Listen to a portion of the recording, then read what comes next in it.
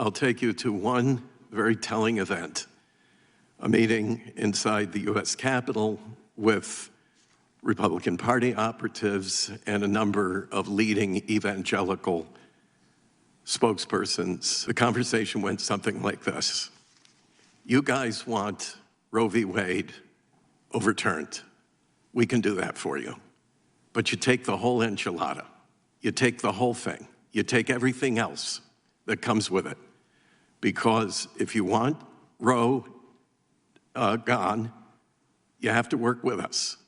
So you take it all. What's up, everybody? Major Retired Richard Ojeda here, and the House Judiciary Committee held a meeting to gather information around the possibility of unjust influence on the Supreme Court, specifically if religious and political groups made a significant push to overturn Roe v. Wade. I was at the table, and I watched my colleagues nod uncomfortably, but from that point on,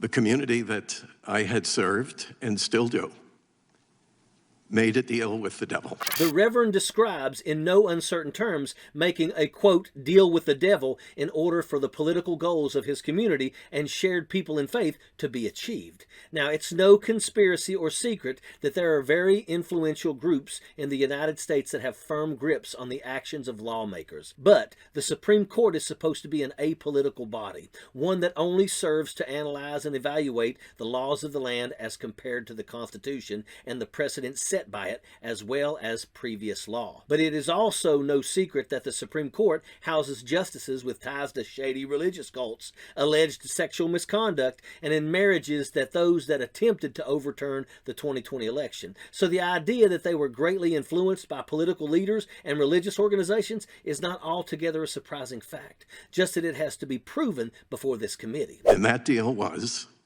that we would support everything on the conservative agenda, whether or not we had conscientious conflict with it. This issue will be looked at in January when the new Congress begins and Republicans take the majority in the House. Their plans range from investigating Joe Biden to investigating Ukraine. It will not be a rule of vengeance, not of law. And none of the issues of the Supreme Court justice lying under oath or having ties to the Trump administration will make any difference. In fact, it should be very obvious that the MAGA Republicans, once in the House, have zero intentions of bettering the lives of the American people. And as far as the precedent of Roe is concerned, Republicans worked alongside the fringe right wing to see this come to be. They knew that their most reliable voting base would be those in the evangelical community, and they milked that relationship all the way until the Dobbs decision. And now everyone is having buyer's remorse. It's apparent that the religious right and those in the GOP that use Bible thumping as a political tool